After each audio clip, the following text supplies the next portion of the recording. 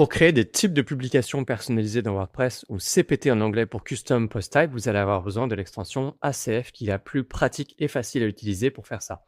Vous installez et vous activez l'extension ACF dans sa version gratuite.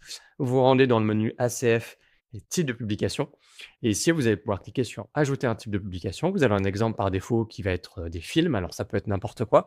Vous avez sûrement un projet en tête. Moi, je vais écrire recette au pluriel et recettes au singulier, l'idée étant d'avoir une partie recettes sur ce site où je vais pouvoir venir ajouter régulièrement des recettes. Ensuite, vous allez pouvoir ajouter des taxonomies ou même en créer depuis ACF. Rendez-vous dans le menu taxonomie, vous verrez que c'est très très proche de ce qu'on fait dans ce tutoriel pour ajouter des rangements à vos recettes, des types de recettes par exemple. Ensuite, dessous, vous allez cocher hiérarchique si jamais vous voulez pouvoir ranger des recettes ou des types de recettes les unes sous les autres, avoir un rangement hiérarchique parent-enfant. Je ne vais pas rentrer dans les détails dans ce tutoriel parce qu'il est trop court, mais je vous invite à faire juste ces réglages-là par défaut et à cliquer sur enregistrer.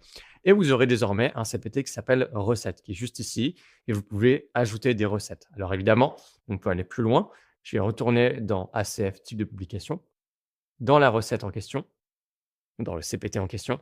Et puis ensuite, vous pouvez cocher configuration avancée. Vous avez quelques réglages supplémentaires. Par exemple, tout ce que vous trouvez par défaut d'actif ou non dans le CPT recette.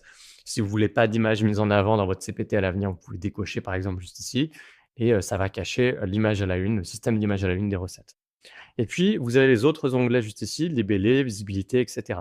Libellé, ça va vous permettre de modifier tous les libellés, la manière dont c'est écrit pour adapter à votre CPT. Vous voyez par exemple que toutes les recettes, c'est pas très adapté, ce serait plutôt toutes les recettes. Moi, je vais pouvoir modifier absolument tous les libellés, il y en a plein, en fonction de ce que vous êtes en train de créer.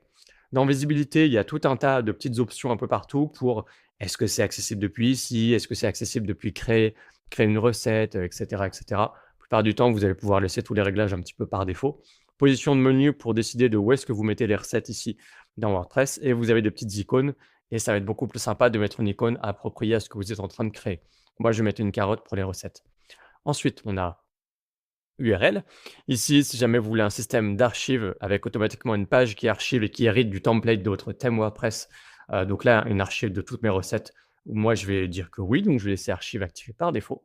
Et enfin, il y a droit et est-ce que vous voulez que les recettes soient disponibles dans votre API. Je vais laisser ça comme ça et on va cliquer sur enregistrer les modifications. Et voilà, j'ai un CPT recette. J'ai plus qu'à ajouter des champs personnalisés et éventuellement des taxonomies. Tout ça, vous pouvez le faire depuis ACF, taxonomie et groupe de champs. Et enfin, à créer un template avec votre page builder préféré directement pour vos recettes. On a une formation gratuite beaucoup plus complète sur ACF qui aborde absolument tout dans ACF, champ, type de publication, taxonomie, etc. Vous trouverez le lien directement dans la description.